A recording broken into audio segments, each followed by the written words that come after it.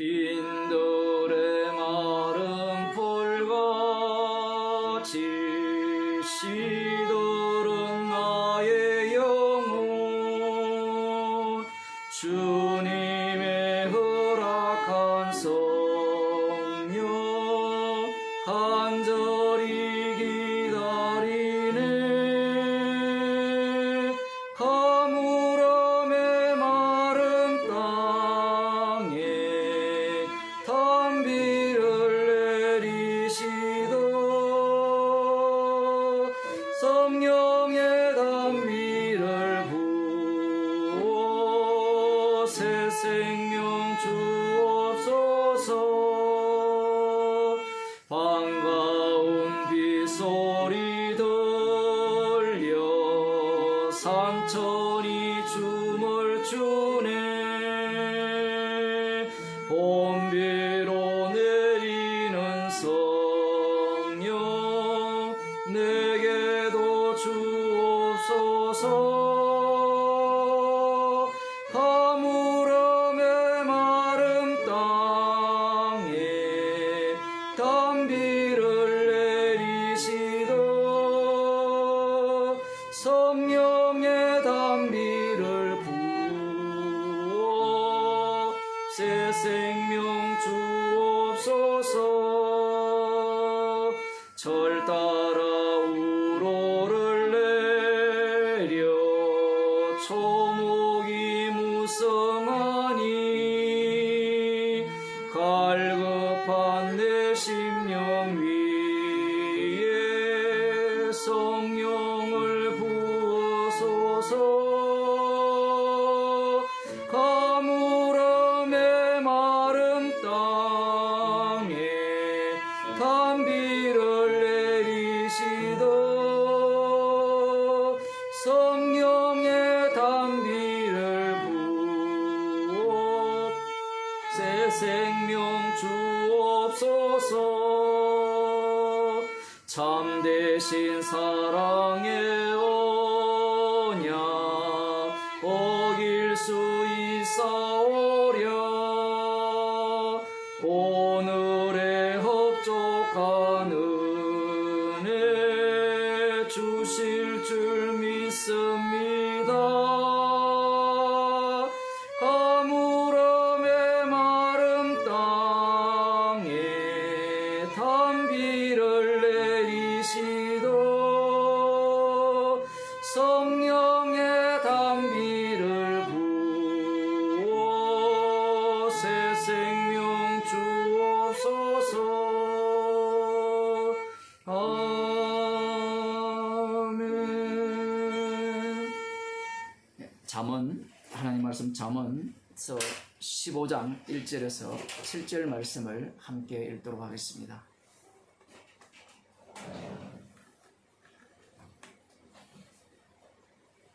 잠언서 15장 1절에서 7절 말씀을 함께 읽도록 하겠습니다.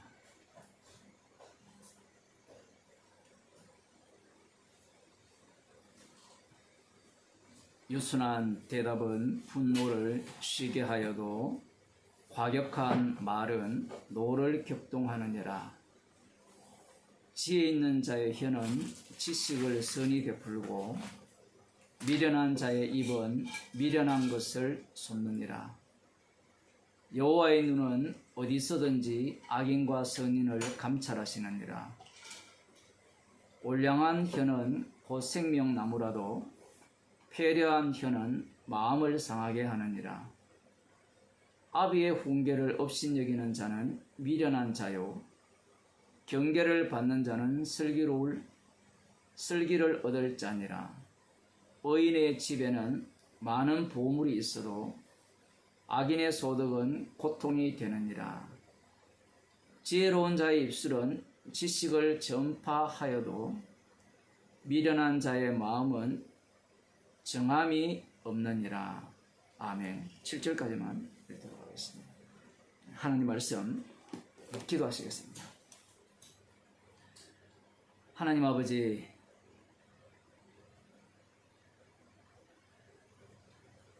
주님께서 이 땅에 오심으로 말미암아 주님의 입술에서 나오는 모든 말씀이 악한 말씀이 되어버리고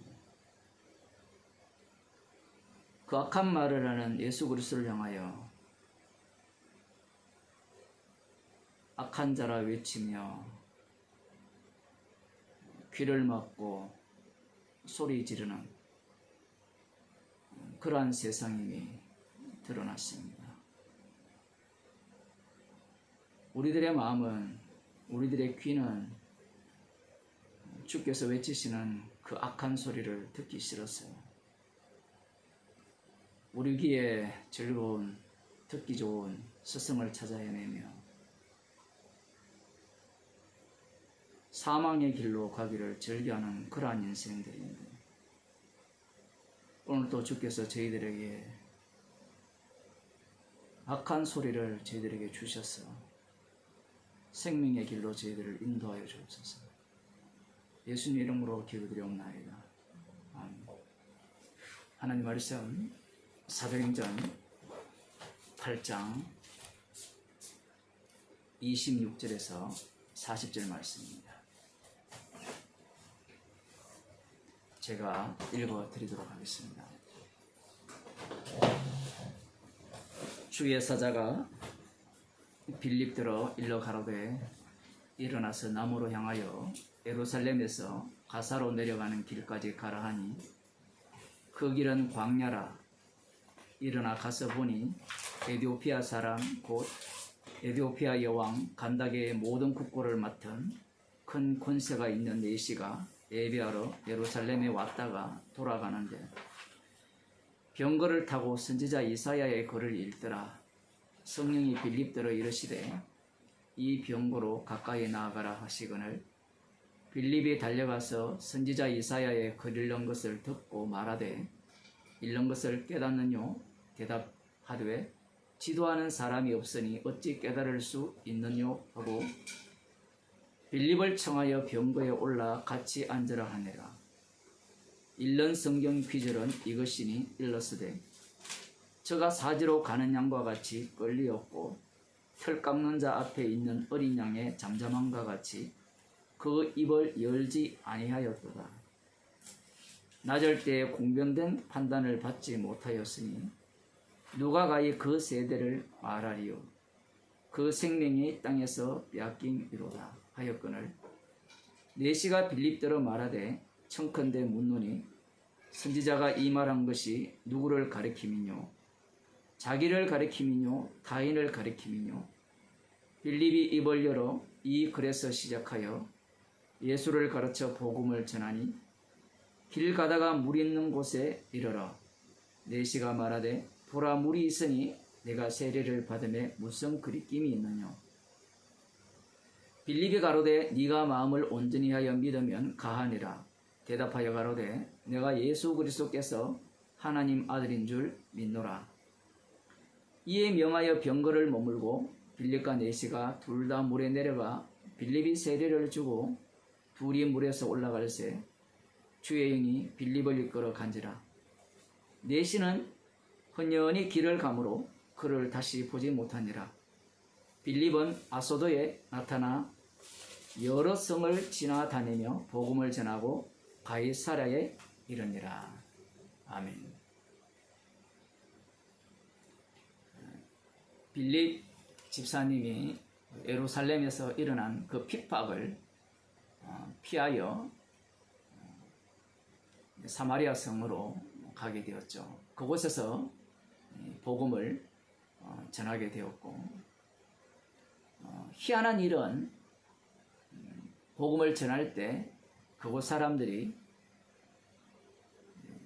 빌립의 말을 귀 기울여 들었을 뿐만 아니라 예수 그리스도를 믿고 다 세례를 받았다라는 사실입니다. 뿐만 아니라 그들이 아주 기뻐했다라는 내용도 그 앞부분에서 말씀하고 있습니다. 이 정도 되면 우리들이 보기에는 성령을 받았다라고 충분히 인정할 만한 그러한 조건들이 다 갖추어져 있죠. 예수 그리스도를 주로 믿고 있고 뿐만 아니라 그들에게 기쁨이 있고 또한 그들이 예수 그리스도의 이름으로 세례를 받았기 때문에 이것은 누가 봐도 성령을 받았다라고 이렇게 인정할 만하지만 사실은 성령이 임하지 않았다라는 겁니다. 그것은 이 빌립 집사님과 이들과의 차이점에서 드러나죠. 지난주에는 말씀드리지 않았지만 이들의 모습의 대표자가 바로 마술사 시몬이라고 말씀을 드렸는데, 이 마술사 시몬의 모습은 빌립 집사와 전혀 다른 모습을 갖고 있죠. 빌립 집사 같은 경우에는 성령의 인도하심을 따라 지금 움직여지고 있습니다. 달리 말하면 자기 자신이 자신의 주인이 아니라는 겁니다.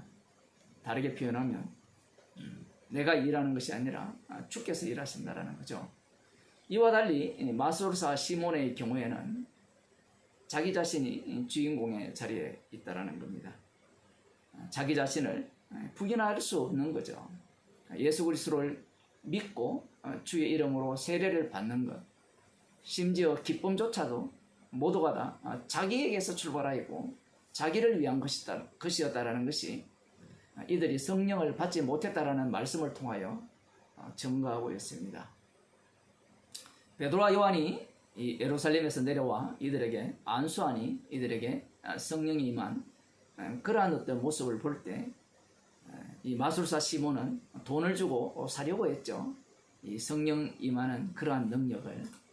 그러한 모습 속에서 이 마술사 시몬은 전혀 성령을 받지 못했다라는 것을 보여줍니다. 자기 자신이, 지난주에도 말씀드린 것 같이 자기 자신이 주인공이 되려고 하고 가장 높은 자리, 예수님에게 마귀가 네가 나에게 절하면 세상 권세와 영광을 주겠다라는 그러한 어떤 태도를 이 마술사 시몬이 그대로 보여주고 있습니다. 자, 이런 상황에서 성령께서 이 주의 사자라고 나오죠. 26절에 보면 주의 사자라고 이렇게 성경에서는 표현되어지는 경우도 있고 성령의 인도하심이라 이렇게 표현되어지는 경우도 있습니다. 어쨌든 주의 사자, 천사라고 볼 수 있는데, 주의 사자가 빌립들어 이렇게 일어나, 가로되 일어나 가라. 어디까지 가라? 예루살렘에서 가사로 내려가는 길까지 가라. 이렇게 명을 내리셨습니다. 이런 본문들은 목사들이 좀 되게 싫어하는 본문이라고 볼 수 있어요. 물론 자기 자신이 복음을 전했는데 자기 자신이 전할 때는 성령을 받지 못했고, 베드로와 요한이 와서 전하니까 성령을 받으니까 이것도 조금 불쾌한 장면이고요. 또 두 번째는 자기 자신이 이 사마리아 성에 이 교회를 개척을 했잖아요. 그러면 얼마든지 이곳에서 이들의 어떤 연보를 통하여서 정착을 하여서 나름대로 복음을 전할 만한 그러한 어떤 여건이 조성되었다고 볼 수 있습니다. 이 빌립 집사도 얼마든지 쫓겨났으니까 어쨌든 이곳에서 정착하고 싶은 그러한 마음들이 있었겠죠. 그런데 조금의 여유도 주지 않고 주의 사자가 빌립들어 예루살렘에서 가사로 가는 길로 가라 이렇게 명을 내리십니다. 말씀이야 명령인데 명령 정도가 아니라 낚아채 가버린 거예요. 표현을 하자면 성경에서 끌고 가버린 겁니다. 지금 우리들이 이 사도행전을 볼 때, 특히 오늘 본문을 볼 때 사람들은 에티오피아 예시에 대해서 주목하는 경향이 있거든요. 사실은 오늘 본문에서 우리가 주목해야 되는 것은, 이 사도행전 8장에서 우리가 주목해야 되는 것은 빌립 집사고, 7장에서는 서대반 집사님이고 8장에서는 빌립 집사인데, 빌립 집사를 주목하는 것보다 그를 이끌고 가시는 성령, 달리 말하면 사도행전의 주인공은 십자가신 주님이거든요. 제가 이 말씀을 드리는 이유는 구약 이스라엘 백성들이나 예수님 당시 유대인들이 구약 성경을 볼 때 어떻게 보았느냐라는 그런 어떤 모습을 보게 되면 그들은 여호와 하나님을 잘 알고 있고 언약을 잘 알고 있고 율법을 잘 알고 있습니다. 그런데 그 율법과 언약, 이 모든 것들이 누구 중심으로 해석하느냐라고 할 때는 이스라엘 자기 중심으로 율법과 언약을 보고 해석한다는 사실입니다. 이 기독교인들이죠. 예수 믿는다고 하는 사람들이 사복음서를 볼 때는 그 중심이 예수 그리스도가 됩니다. 예수 그리스도라는 것도 문제가 있지만 사도행전으로 넘어가면 그 중심이 예수 그리스도를 믿는 자로 바뀌어버리죠. 성경은 한 번도 그 중심이 바뀐 적이 없거든요. 십자가이신 주님을 증거하는 것이 성경의 말씀인데 사람들은 사복음서를 볼 때는 예수 그리스도 중심으로 보다가 이 사도행전이나 이 서신서로 넘어오면 갑자기 누구 중심으로 보느냐라고 할 때는 예수 믿는 사람 중심으로 이렇게 시선이 뺏기는 그런 모습을 흔히 볼 수가 있습니다. 사도행전 설교를 들어보면 십자가만 증거되는 것이 아니라 십자가를 믿고 예수를 믿고 어떻게 살아가는가 거기에 주목을 하게 되죠. 이 사도행전 28장에 보면 사도 바울이 로마까지 가서 복음을 전했는데 최종적으로는 듣기는 들어도 깨닫지 못하고 보기는 보아도 알지 못하게 하려 함이라는 그 말씀을 이루게 하기 위해서 사도 바울은 복음을 전했고 그 말씀에 근거해 보면 이 빌립 집사도 마찬가지죠. 그 듣기는 들어도 깨닫지 못하고 보기는 보아도 알지 못하게 하시는 분이 누굽니까? 십자가이신 예수님이죠. 그 예수님께서 친히 주가 되셔서 십자가의 긍휼을 베풀어주는 자에게는 이 구원이 이루어지지만 그렇지 않는 자에게는 이 심판이 내려진다는 사실을 이 말씀 속에서 계속해서 증거되고 있다는 사실입니다. 주의 사자가 달리 표현하면 주님이죠. 주님께서 친히 이 빌립들어 예루살렘에서 가사로 내려가는 길로 가라. 이렇게 말씀을 합니다. 여러분들이 이 이스라엘 지도를 알고 계시다면 예루살렘과 이 사마리아는 이 예루살렘 북쪽에 사마리아가 위치해 있죠. 핍박을 피하여서 도망한 곳이 북쪽이었는데 주의 사자는 다시 예루살렘 남쪽으로 지나가지고 저 왼쪽 해변길 그쪽인 가사, 뭐 오늘 말하면 가자지구입니까? 그쪽으로 지금 가라고 하는 겁니다. 자, 그러면 여기까지만 말씀이 있다면 그곳에 복음을 전할 사람들이 많겠구나 이렇게 생각을 할지 모르지만 그곳은 뭐라고 표현하는가 하면 성경에 보면 이렇게 돼 있죠. 그 길은 광야라 이렇게 말씀하고 있어요. 광야길에 무슨 복음을 들을 사람이 있겠습니까? 이런 말씀들이 상당히 중요한 거예요. 왜 중요하냐를 할 때는 이 성경 말씀 자체는 구원론이 아니에요. 사람을 이렇게 유혹을 해서 꼬셔가지고 교회 안에 한 사람 더 채우는 것이 이 성경 말씀이 말씀하고자 하는 것이 아니에요. 앞서도 말씀드린 바와 같이 십자가 지신 그분이 주님이심을 이 세상은 이미 확정됐다는 것을 보여주는 것이 성경 말씀입니다. 그리고 이 세상이 뭐예요? 우리 같으면 그 광야길로 왜 갑니까? 아무도 없는데 일단 손 들고 따질 겁니다. 그래서 주님께서 따지지 못하게 아예 끌고 가버리는 거죠. 빌립 지사를. 인간들은요, 주께서 이렇게 강제로 끌고 다니지 아니하시면 주님의 말씀에 순종할 마음이 없습니다. 이걸 달리 표현하면 주님이 친히 일을 하시지 빌립 집사가 일하는 게 아니에요. 그래서 이 빌립 집사가 이 사마리아에 뭔가 교회를 세워서 정착을 하고 그것을 기지로 삼아가지고 이제 주의 그 말씀을 순종하겠다라는 그러한 사고방식, 오늘날 교인들의 사고방식이잖아요. 그러한 사고방식을 다 깨버리는 겁니다. 사실은 이러한 것들은 무엇과 관련되어 있는가 하면 예루살렘 중심에 있는 그 예루살렘 교회, 사도들이 예루살렘 교회를 중심으로 지금 머물고 있거든요.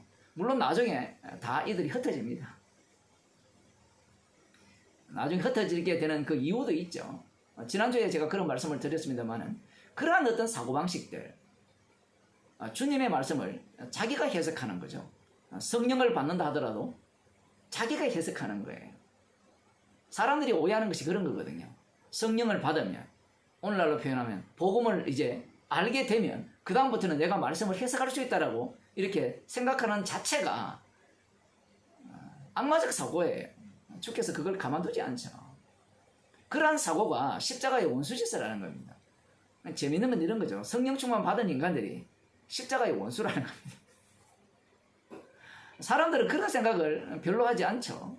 성령 충만 받으면 십자가의 원수가 아니라 주님과 동력의 관계로 이제 함께 주의 일에 이렇게 부름을 받아서 주의 일을 자기가 할 수 있다. 그렇게 생각을 하는 것이 오늘날 목사들이고 교인들입니다.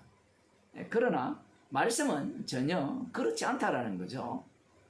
자, 그곳으로 가는데 이 광야길, 사람이 없는 그러한 곳인데 뭐 이 가자 이쪽이 뭐 이전에 유대인에 의해서 철저하게 뭐 황폐화되었다. BC 몇 년에 뭐 이런 얘기가 있거든요.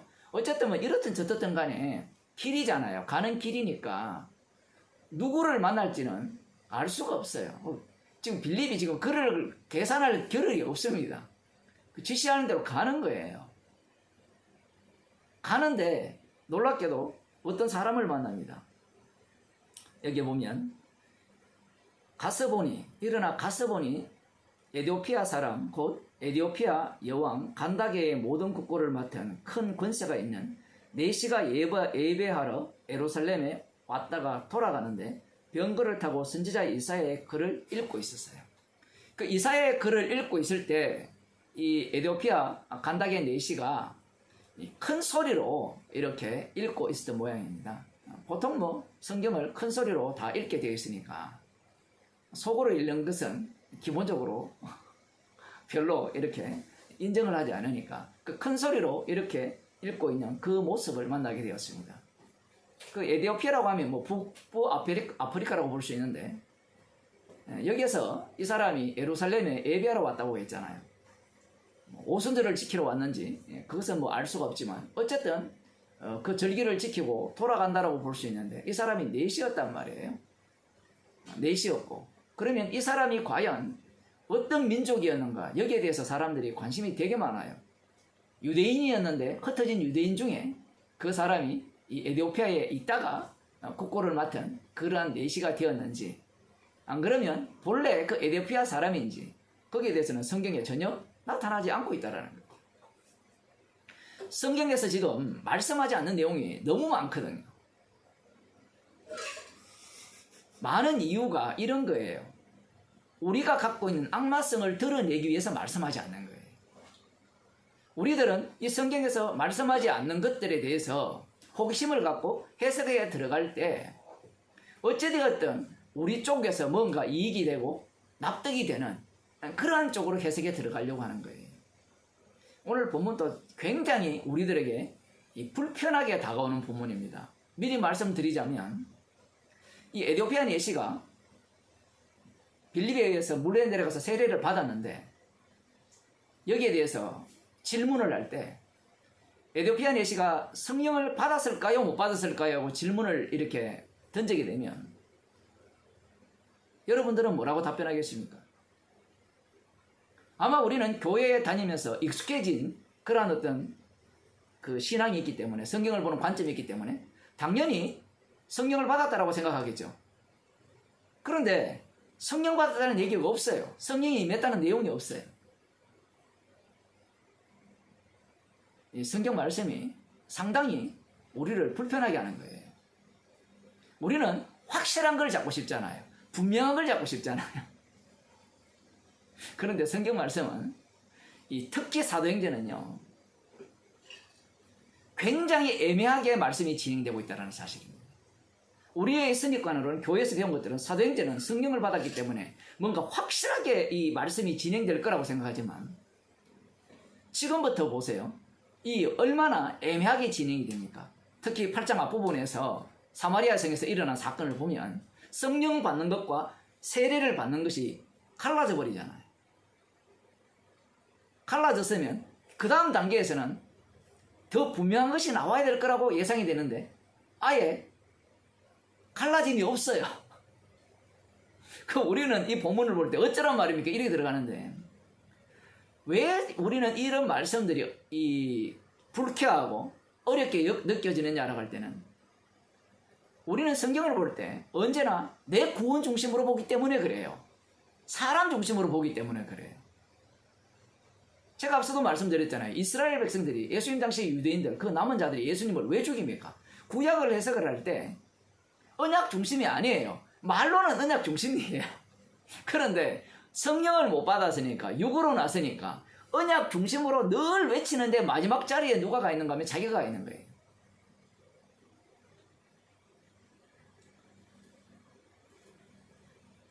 이 사람이 에티오피아 사람인지 어떤 사람인지 모르지만 어쨌든 이 각 지역에 바벨론 포로 이후에 흩어진 유대인들이 있었기 때문에 그곳에 회당들이 있었을 거고, 그곳에서 이 여호와 하나님을 뭐 전하는 자들이 있었겠죠.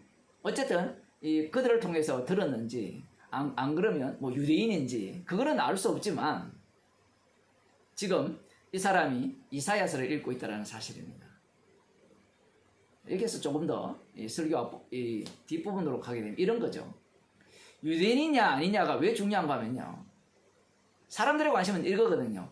이방인 중에 처음으로 예수 믿은 사람이 누구냐, 여기에 또 관심이 있어요. 고넬료냐 안 그러면 이 에티오피아 사람이냐. 사람들은 고넬료를 첫사람으로 보고 싶어 해요.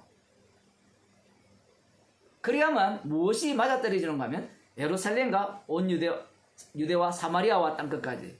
지금 앞서서 앞부분에 사마리아 성에 누가 왔어요? 베드로와 요한이 왔잖아요.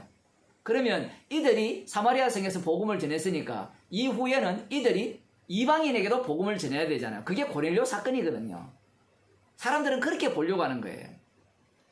그래서 저는 정반대로 봐야 된다고 봅니다. 에티오피아 사람은 이방인이다. 말씀을 이루지, 인간이 그 말씀을 듣고 해석해서 예측하여서 주께서 이렇게 이루실 것이다 라는 것이 와장창 무너져야 되거든요. 베드로와 요한이 그것이 무너져야 됩니다. 지금 그것 때문에 지금 이 말씀을 하시는 거예요. 그러면 앞부분은 오해하게 만들죠. 자, 보라고. 지금 우리 제자들이 복음을 안 전했기 때문에 성령을 못 받았지 않았느냐. 이것은 예수님의 말씀대로다. 우리가 와서 안수를 하니까 성령 받기를 기도하니까 성령이 임하더라. 그러니까 예루살렘 중심에 모든 교회가 되어야 된다. 이런 논리가 성립될 수밖에 없는 거죠. 그런데 그 뒷부분에 가게 되면 이 에티오피아 내시가 복음을 듣고 어떻게 돼버립니까? 누가 빨리 나눠버립니까? 우리 같으면 이런 거죠. 이 빌립이 어차피 쫓겨났으니까 이 에티오피아 내시가 부자잖아요. 권세가 있잖아요. 그러면 저라면 같이 따라가겠어요. 어차피 머물 곳이 없잖아요. 아직 뭐 결혼도 안 한 것 같은데 제가 보니까 나중에는 사도행전 21장에 가면 딸 넷이 있는데 어쨌든 했는지 아닌지 모르지만 저 같으면 따라가겠어요. 왜 따라가냐 할 때는 땅끝까지 이르러 정인이 대리를 하셨으니까 따라가서 권세 있는 자를 등에 업고 복음을 전하면 되잖아요. 얼마나 복음 전하기 쉬워요. 주님이 그렇게 일을 안 하시거든요. 그런데 사람들은 다 그런 식으로 일을 한다고 생각을 해요. 주님은 절대로 그렇게 일을 안 합니다. 사람의 도움을 주님은 필요로 하지 않기 때문에 그래요. 지금 성경 본문이 왔다 갔다 하지만 조금 더 봅시다. 그래서 이 이사야 53장을 큰 소리로 읽고 있는데 이 빌립 집사님이 달려가서 그 말씀을 듣고 읽는 것을 깨닫느냐 이렇게 묻습니다. 물론 성령께서 가라고 했기 때문에 병거가 조금 달리진 않으니까 달려서 이렇게 따라간 모양입니다. 어쨌든 그래서 읽는 것을 깨닫느냐 이렇게 물었어요. 물으니까 이 에티오피아 내시가 지도하는 사람이 없으니 어찌 깨달을 수 있느냐 이렇게 대답을 해요. 우리도 좀 이런 사람 만나면 좋겠죠. 그죠? 복음을 전할 때 이 말씀을 깨닫습니까? 라고 물으면 가르쳐주는 사람이 없는데 어떻게 깨닫습니까? 우리는 이 말을 굉장히 좋게 여기잖아요. 그래서 목사들이 이런 걸 되게 좋아하죠. 이 본문들. 지도하는 사람이 없으니까 깨닫지 못한다. 그러니까 교회는 지도자가 필요하다. 그래서 너희들은 나한테 배워라. 뭐 이런 얘기를 안 들어보셨습니까? 하기야 뭐 교인들은 스스로 이 종이 되기를 원하고 무릎 꿇기를 원하거든요. 하나님은 어차피 보이지 않기 때문에 보이지 않는 하나님은 어차피 없는 거고 그 하나님의 대리자가 목사기 때문에 그 목사나 가르치는 자를 통해서 뭔가 배우려고 하는데 이 지금 에티오피아 내시가 간단하게 말하면 이렇게 할 수 있어요. 이 사람은 경건한 사람이라고 볼 수 있죠. 예루살렘에까지 와서 예배를 드리고 가니까. 그러니까 마음 자체는 말씀에 대해서 굉장히 어떤 태도를 갖고 있습니까? 이 순종적인 태도를 갖고 있다고 볼 수 있습니다. 자, 그러면 이 사람이 회당에서 이 이사야 53장의 가르침을 이렇게 듣지 않았느냐? 들었다고도 볼 수 있죠. 배웠다고 볼 수 있는데 지금 이 상황에서 이 사람은 지금 어떤 생각을 갖고 있느냐라고 할 때는 이쪽이 물었으니까 좀 더 배우고 싶다라는 마음이 강할 수도 있어요. 그래서 가르치는 사람이 없으니 어찌 깨달을 수 있느냐? 인간이요. 다 깨달아요. 인간이 안 가르쳐줘도 지 나름대로 다 깨달아요. 물론 주께서 이 마음을 주셨겠죠. 항상 말씀이라는 것이 이 한 척만 있는 것이 아니기 때문에 주시는 것도 맞고요. 동시에 이 사람이 이 궁금증을 갖고 있는 것도 맞고요. 그래서 마음이 굉장히 말씀에 대해서 낮다라고 볼 수 있죠. 자기를 낮추어서 이 말씀을 가르쳐주는 사람이 있다면 얼마든지 이렇게 깨달을 수 있지 않겠느냐, 그런 생각을 갖고 있는 겁니다. 자, 이것만 보더라도 이 사람이 갖고 있는 사고방식은 랍비가 제자들에게 가르치면서 제자들이 깨닫는 것과 전혀 다르지 않는 사고방식을 갖고 있는 거예요. 가르쳐주면 깨닫는다고 생각을 하니까.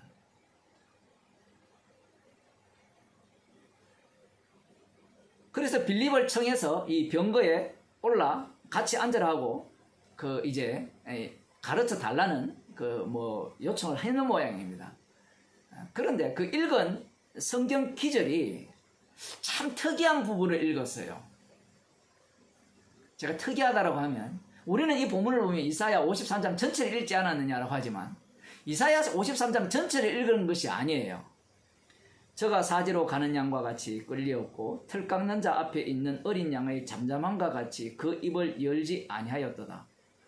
낮을 때에 공변단 판단을 받지 못하였으니 누가 가히 그 세대를 말하리요. 그 생명이 땅에서 빼앗기이로다 하였거늘. 읽어보니까 여러분 이 말씀이 무슨 말인지 이해가 돼요? 한글 성경이 되게 어렵거든요. 한글 성경만 어려운 게 아니고 다른 것도 마찬가지예요.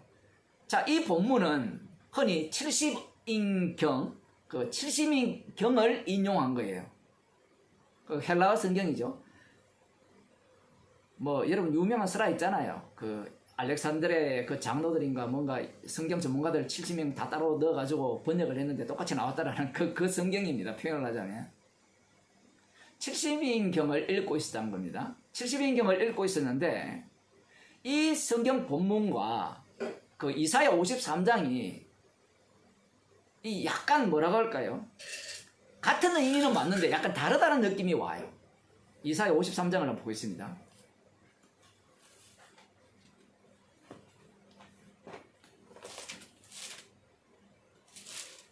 53장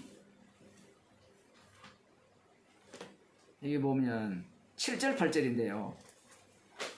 그가 곤욕을 당하여 괴로울 때에도 그 입을 열지 아니하였으며 마치 도수장으로 끌려가는 어린 양과 털 깎는 자 앞에 잠잠한 양같이 그 입을 열지 아니하였도다. 그가 곤욕과 신문을 당하고 끌려갔으니 그 세대 중에 누가 생각하기를 그가 산자의 땅에서 끊어짐은 마땅히 형벌받을 내 백성의 허물을 인함이라 하였으리요. 그 세대 중에 예수님이 죽으신 세대죠. 달리 말하면 온 세대입니다. 그 선악과를 따먹은 이후에 모든 세대가 이 죽임 당하는 이 죽음이 그 마땅히 형벌받을 내 백성의 허물을 인함이라고 누가 말하겠느냐 이 얘기예요. 아무도 그렇게 못 본다라는 거죠. 그는 하나님께 저주받아 주고 마땅하다라고 이렇게 모든 사람들이 이미 확정했고 그렇게 인정했기 때문에 그래요. 제가 아까 기도할 때 그런 기도를 했지만 모든 사람은 예수님 입에서 나오는 모든 말이 악하게밖에 안 들리는 겁니다. 그게 하나님의 말씀으로 안 들리고 자기 귀에 거슬리는 말씀으로 들릴 뿐이죠. 지금 이 이사야 53장에서는 그 분명하죠. 그 도수장으로 끌려가는 어린 양과 털 깎는 자 앞에 잠잠한 양같이 그 입을 열지 아니하였다. 그가 곤욕과 신문을 당하고 끌려갔으니 이렇게 끌려가면 마땅히 형벌을 받을 내 백성을 위함이다. 그런데 그 세대 사람 중에 어떤 누구도 그렇게 생각하지 못했다. 그렇게 할 수 없었다. 그게 이사야 53장의 내용이에요. 그러면 사도행전 이 8장에서는 다시 봅시다. 저가 사지로 가는 양과 같이 끌리었고 털 깎는 자 앞에 있는 어린 양의 잠잠함과 같이 그 입을 열지 아니하였도다. 낮을 때에 공변된 판단을 받지 못하였으니 누가 가히 그 세대를 말하리요. 그 생명이 땅에서 빼앗김이로다. 방금 우리가 이사야 53장을 근거로 하여서 이 본문을 읽어보면 이 의미가 명확하죠. 그죠? 명확한데 왜 이 70인경은 애매하게 이렇게 번역을 했느냐라는 겁니다. 제가 볼 때는요, 이스라엘 백성들은, 그 남은 자들은 이 성경 말씀을 자기 구원론으로 보기 때문에 그래요. 이 말씀에 그들이 그대로 해당되는 겁니다. 예수님이 죽으시고 고난 받으신 것이 내 백성을 위한 죽음이고 고난 받음이라 생각하지 않는 거예요. 그 세대 속에 들어가 있잖아요. 깨닫지 못하잖아요, 이들이. 우리는 70인경을 인용했으니까 70인경이 진짜 하나님의 말씀이다 이렇게 보고 싶지만 이런 본문들 같은 경우에는 이사야 본문이 다 나와 있잖아요. 차라리 이 사람이 이사야서 이 본문을 이 70인경으로 읽지 않고 그냥 히브리어로 읽었다면 뭐 그런 능력이 없었겠죠. 어쨌든 그렇게 읽었다면 이 의미가 어쨌든 뭐 분명하다라고도 볼 수 있는데, 자 어쨌든 이 말씀을 읽고 난 뒤에 이 에디오피아 내시가 이렇게 말합니다. 봅시다. 34절. 선지자가 이 말한 것이 누구를 가리키면요, 자기를 가리키면요, 타인을 가리키면요, 이렇게 말하고 있어요. 이 질문 자체가 묘합니다. 뭐가 묘한가 하면요, 자기를 가리키면요, 타인을 가리키면요를 할 때 우리들은 이미 답을 알고 있죠. 우리들은 예수님을 가리킵니다. 이렇게 나오죠. 여러분 그렇게 생각하지 않습니까? 누구를 가리킵니까라고 하면 이사야 53장에 나오는 세상죄를 지고 가는 어린 양이 누구를 가리킵니까? 예수님을 가리킴이라고 하죠. 그게 맞습니까?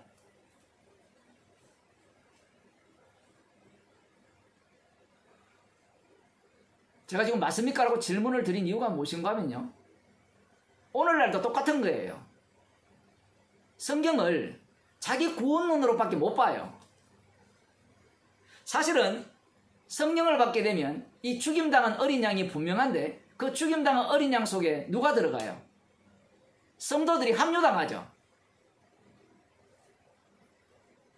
스데반 집사님이 합류당했잖아요. 자기 구원 챙기는 게 아니라 얘기입니다. 지금 에디오피아 내시는 단순히 질문하는 거예요. 성경을 알고 싶어서.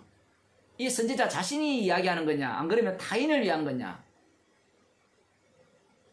이사야 선지자의 말씀이 자신을 위한 겁니까? 타인을 가리키는 겁니까? 자기의 몸을 통해서 예수 그리스도의 죽으심을 증거했죠.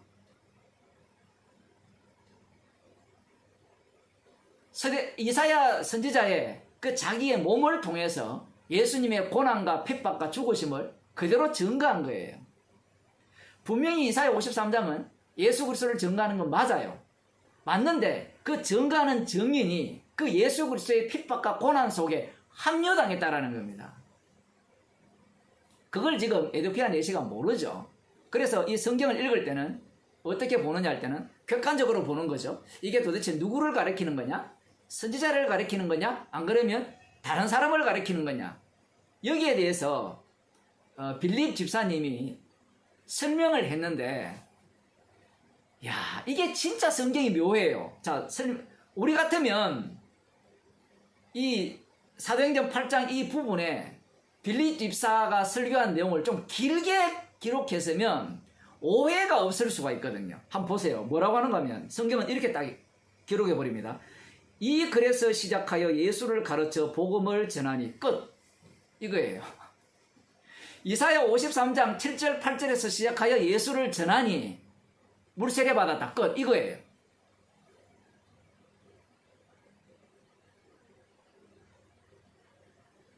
사도는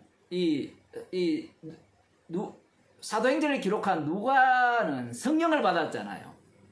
성령을 받았기 때문에 이렇게 기록해도 이렇게 시작하여서 예수를 가르쳐 복음을 전했다라고 하는 이 속에 이미 무엇이 들어있는지가 다 있어요. 다 있는데 문제는 이것을 읽는 사람들은 성령을 받은 자와 받지 못하는 자가 갈리게 돼 있어요. 앞서도 말씀드린 바와 같이 이렇게 해서 물세례를 받았는데 성령을 받았다는 내용이 없어요. 에티오피아 내시가. 그러면 성령을 안 받았습니까? 라고 하면 안 받았다는 이야기도 없어요.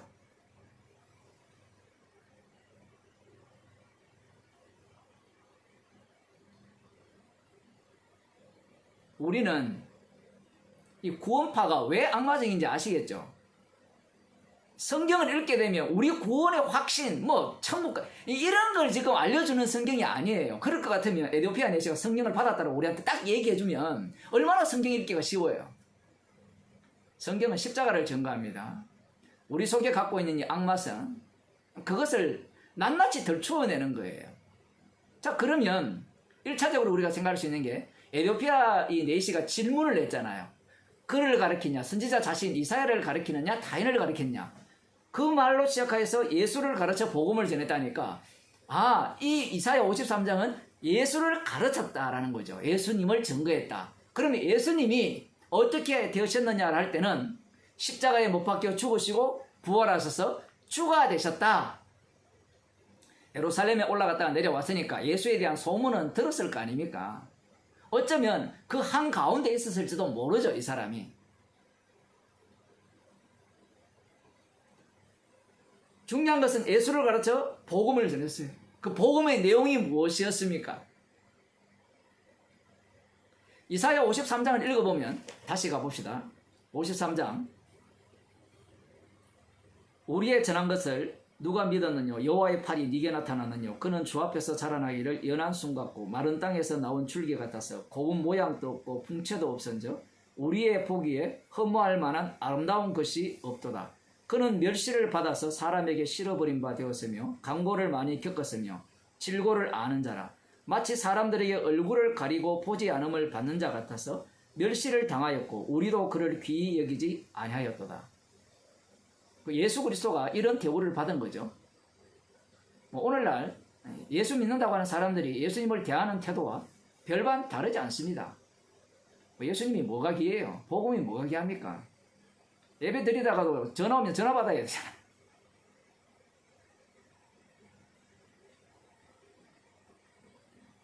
그는 실로 우리의 질고를 지고 우리의 슬픔을 당하였거늘 우리는 생각하기를 그는 징벌을 받아서 하나님께 맞으며 고난을 당한다 하였도다. 그가 찔림은 우리의 허물을 인하며 그가 상함은 우리의 죄악을 인함이라. 그가 징계를 받음으로 우리가 평안을 누리고 그가 채찍에 맞음으로 우리가 나음을 입었도다. 우리는 다 양 같아서 그릇 행하여 각기 제 길로 갔거늘 여호와께서 우리 무리의 죄악을 그에게 담당시키셨도다.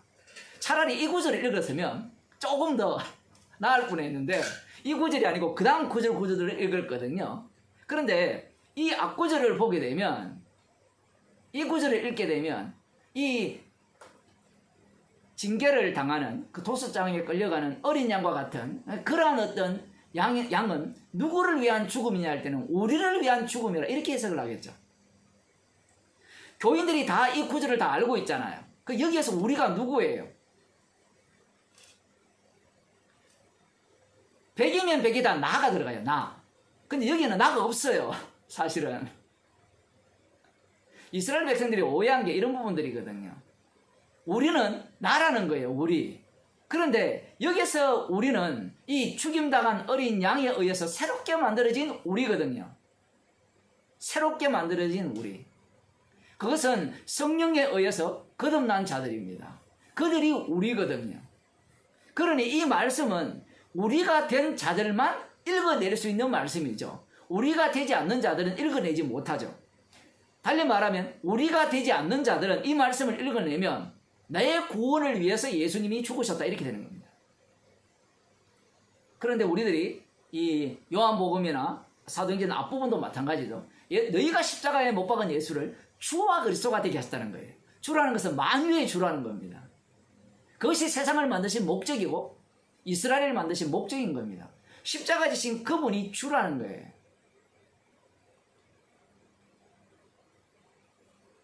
이사야 53장은 단순히 이스라엘을 구원하기 위한 희생양이 온다라는 게 아니에요.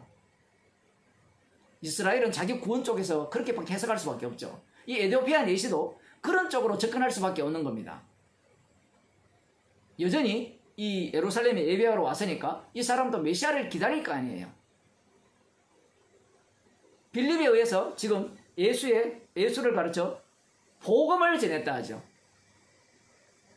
그 복음의 내용은 무엇이냐라는 겁니다. 복음의 내용은 그 너희들이 십자가에 못 박아. 그 너희가 누구예요? 에티오피아 내시도 들어가 있죠. 그 예수가 친히 자기 백성의 죄를 담당하시고 그 자기 백성의 죄를 용서하시고 구원해 주셨다라는 겁니다. 그런데 그 예수의 죽음은 그 당시에 그들이 볼 때 성전을 회방했고 앞부분에 나왔죠. 이 율법을 이렇게 바꾸는 그러한 짓거리를 했죠.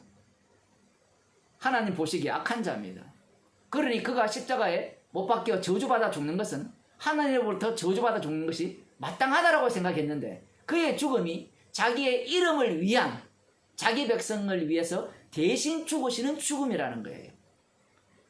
제가 한 가지 덧붙였죠. 자기 이름을 위해 자기 백성을 위해 대신 죽으시는 죽음입니다. 자기 백성을 위해 대신 죽으시는 죽음으로만 사람들은 보기 때문에 그러한 안목 자체가 예수님을 십자가에 못 박아 죽인 유대인의 안목과 전혀 다르지 않다라는 거죠. 예수를 가르쳐 복음을 전했어요. 전했으니까 이것을 가르침으로 받았다면 어떤 식이 되느냐라고 할 때는 내용은 다 똑같아요. 그 사도행전 3장에 2장, 3장 쭉 나오는 그 설교의 내용들이 다 담겨 있죠. 방금 제가 말씀드린 그 내용들을 다 담고 있으면서 복음을 전했습니다. 전했을 때 이 에티오피아 내시가 접근하는 방식이 첫째는 인간적, 육적 방식으로 접근할 수 있겠죠. 누구처럼? 니고데모처럼 접근해서 당신의 말을 들어보니까 정말 예수님께서 세상 죄를 지고 가는 어린 양이 맞고 나의 죄를 대신해서 지시고 나의 죄를 용서하시고 그분이 주가 되셨군요. 나 믿겠습니다. 그러니 나 물세례 받겠어요. 이게 첫 번째 해석할 수 있는 내용입니다. 제가 여러분 성경에 없는 구절을 하나 읽었었죠. 그 37절 여러분 성경에는 있습니까 없습니까?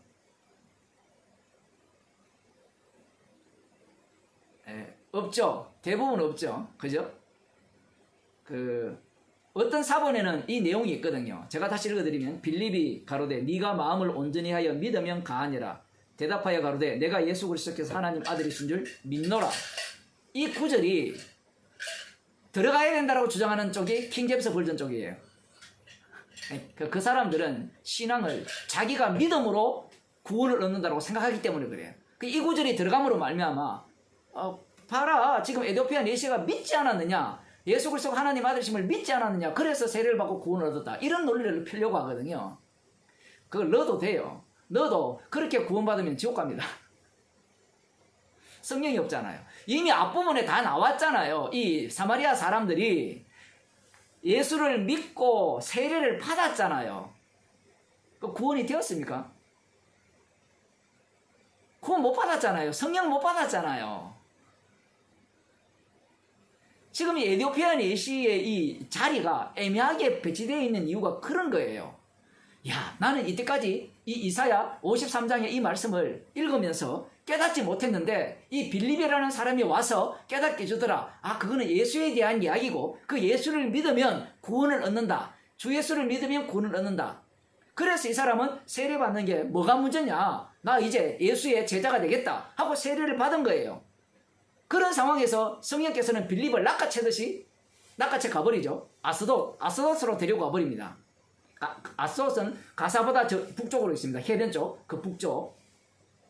나중에는 가이사랴까지 올라가죠.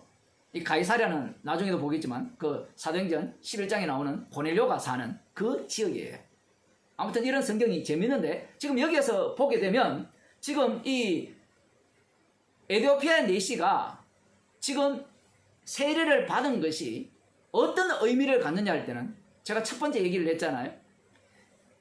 이사야 53장에 대한 해석이 애매했는데 뭐 유대인들은 자기들이 고난 받았으니까 고난의 그것들을 그 이사야 41장에 다 나오거든요. 죗값을 다 치루었기 때문에 자기들이 이제 메시아가 오시면 구원을 얻는다라는 쪽으로 이사야 53장을 해석했다면 에티오피아 내시는 거기에 대해서 뭐 이방인 쪽이니까 뭐 그게 도대체 그 해석이 맞는지 안 맞는지 거기에 대한 질문을 했을 수도 있는데 들어보니까 예수 그리스도에 대한 그 내용이 이 이사야 53장에 대한 해석이더라. 그래서 내가 믿겠다는 거예요. 오늘날 또 그렇잖아요. 예수를 믿으면 구원을 얻는다면 믿는 사람이 많잖아요. 에티오피아의 내시가 특별하다고 보지 마세요. 그럼 우리 생각하죠. 아, 성령께서 빌립을 인도하여서 에티오피아 내시를 만나게 했으니까 이 사람은 구원 얻기 위해서 만나게 했을 것이다. 그러면 나중에 사도 바울이 다 만나게 하잖아요. 고린도 교인들 고린도 동네 사람들 얼마나 많이 만나게 합니까? 그럼 다 구원시켜야죠. 사람 구원론에 미쳐있기 때문에 그렇게밖에 못 보는 거예요. 그래서 1차적 해석은 이런 거죠. 그래서 자기가 주 예수를 믿으면 구원을 얻는다고 하니까 지금까지 유대교의 그 진리보다는 오히려 이 진리가 더 자기를 구원으로 이끈다라고 생각되고 성경을 제대로 해석했다라고 생각하니까 성령께서 낚아채 가버려도 이 에티오피아 내시는 성경이 되게 어렵게 되어 있죠. 헌연히 길을 감으로 요즘 성경에는 기쁨으로 길을 갔다. 계속 기뻐하면서 신나면서 이제 자기가 그 에티오피아로 돌아가는 그런 어떤 모습을 보여주고 있는 겁니다. 이걸 갖고 사람들은 이 사람이 성령 받았다 이렇게 또 얘기할 거 아니에요. 그러면 그 8장에 다 나오죠. 8장에 보면 7절에 보면 8절에 보면 그 성에 큰 기쁨이 있더라. 되게 기뻐했거든요. 성령 못 받아도 기뻐합니다. 여름이면 부흥회 가면 사람들이 얼마나 기뻐합니까? 박수 치면서 기쁘면서 스트레스 막 풀고 박수 치고 하면 그러면 박수 치면서 찬송가 1시간 불러보세요. 스트레스 다 풀립니다. 안 그럴까요? 여러분 그런 거 안 해봤어요? 잘 모르잖아요. 그 상담이라는 게 딴 게 있습니까? 자기 어려운 거 1시간 동안 2시간 동안 쏟아내면 정신병 다 해결되잖아요. 해소되고.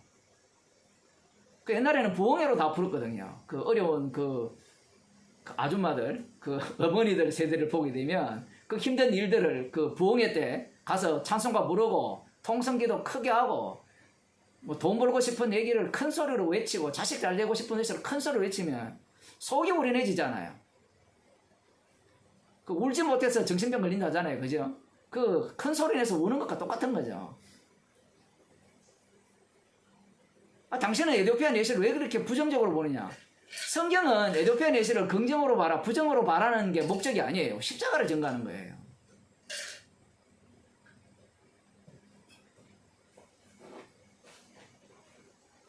지금 여기에서 이 에티오피아 내시를 통해서 주님께서 하시고자 하는 말씀이 너무 많은 겁니다. 그 중에 하나가 그거예요. 베드로와 요한을 박살내는 겁니다. 예루살렘 교회를. 복음은 주께서 말씀하시면 그분이 친히 복음을 전하시지. 자기들이 성령 받았으니까 야 말씀은 우리를 격려해서 가야 돼. 이런 소리를 하고 앉았어요. 나중에 복음이 해방꾼 되거든요. 저거들이 새로운 법을 만들어냅니다. 십자가 피 외에는 자랑할 것이 없어야 되는데 뭐 목매어 죽인 것은 먹지 말게 하고 뭐 음행을 피하라 이런 법을 새로 만들어내죠. 우리는 다 그런 것들을 긍정적으로 봐왔기 때문에 제가 이렇게 말하면 완전히 뭐 미친 소리 한다라고 이렇게 할지 모르지만 성경이 십자가의 피를 전가하지 인간 구원을 전하지 않거든요. 주님께서 빌립 집사를 물세례 받았으면 아까도 제가 그런 얘기했지만 같이 데리고 가서 그 에티오피아의 이방 땅에 가서 복음을 전하게 하시면 반대로 또 우리는 이런 생각을 하잖아요. 주님이 친히 이루셨구나. 하여튼 자기가 기대하는 바대로 성경을 읽으려고 하잖아요. 주님께서는 빌립 집사가 갖고 있는 그 욕망들을 아예 사전에 다 차단을 해버리죠. 그래서 끌고 이 아스도스로 가버립니다. 그렇게 가버리고 지금 이 에디오피아 내시는 이제 자기 길을 기쁨으로 가는데, 이분이 이제 다른 측면으로 보게 되면 성령을 받았다고도 볼 수 있죠. 이 사람이 기뻐하는 이유는 성령을 받았기 때문에 기뻐할 수 있습니다. 그러하다면 이 사람에게는 무엇이 깨어지느냐 할 때는 누가 가르쳐 주면 알게 된다는 것이 다 깨어져 버리죠. 가르쳐 주면. 에디오피아 내시가 있고 빌립이 있잖아요. 그러면 이 사람 입장에서는 빌립이 나를 가르쳤다. 가르쳤으니까 내가 깨달았다. 이렇게 되는데, 여러분이 잘 아시다시피 요한 1서 1장 27절입니까? 기름 부음이 너희 가운데 가시면 누구도 너희를 가르칠 필요가 없다라는 거예요. 이 성경이 오늘 본문과 31절 이야기와 그 요한 1서 1장 이야기가 서로 상충이 되죠. 안 맞잖아요. 분명히 가르쳐서 이 예수 그리스도의 복음을 듣고 알게 되고, 그런데 요한 1서에서는 가르칠 필요가 없다라는 겁니다. 이 두 개가 왜 서로 다른 이야기가 왜 성경에 기록되어 있을까요? 인간들은 가르쳐서 구원을 얻는다면 배우려고 하고요. 가르칠 필요가 없다 하면 지가 주님 행세예요. 분명한 사실은 성령이 임한 자에게만 복음이 깨달아지죠. 요한일서 그 말씀이 맞죠. 그러면 우리는 가르칠 필요가 없고 배울 필요가 없네요. 그렇죠. 그것은 언제 드러나냐 할 때는 가르침을 받고 배울 때 가르칠 필요도 없고 배울 필요가 없다는 것이 드러납니다. 그래서 이 성령이 없는 자는 가르침을 받아보면, 나 배워서 이걸 깨달았어요. 나 이걸 잘 훌륭한 스승을 만나서 이 복음을 깨달았어요. 이렇게 나올 거고요. 성령을 받은 사람은 주께서 알게 하셨습니다. 주께서 깨닫게 하셨습니다. 이렇게 나오는 겁니다. 그러면 이 성령을 받은 사람은 십자가를 자랑할 거고, 성령을 받지 못하고 배워서 이렇게 가르침을 받은 자들은 그 다음부터 뭐 하겠어요? 열심히 배우고 어떻게 하면 잘 가르칠까? 어떻게 하면 성경을 요약 잘해서 이해시킬까? 이렇게 들어가겠죠. 이러한 것들을 주께서는 다 깨워버리는 겁니다. 이 사도행전 8장 자체가 너무나 중요한 말씀이죠. 인간들이 성령을 받고 난 뒤에 생각하는 바를 주님은 다 깨워버립니다.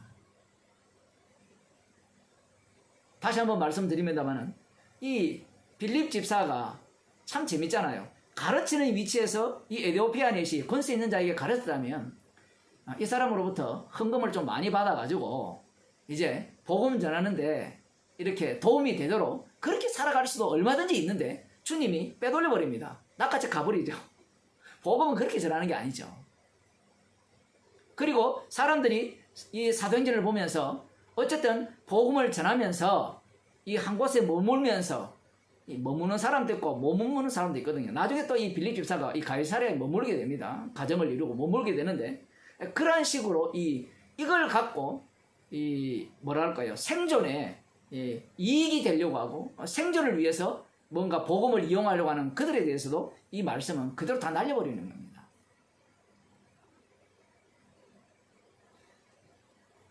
복음은 주께서 친히 주님이 되셔서 친히 자신이 전가하세요. 자신이 전하세요. 그것을 오늘 말씀을 통하여 우리에게 보여주고 있다는 사실입니다.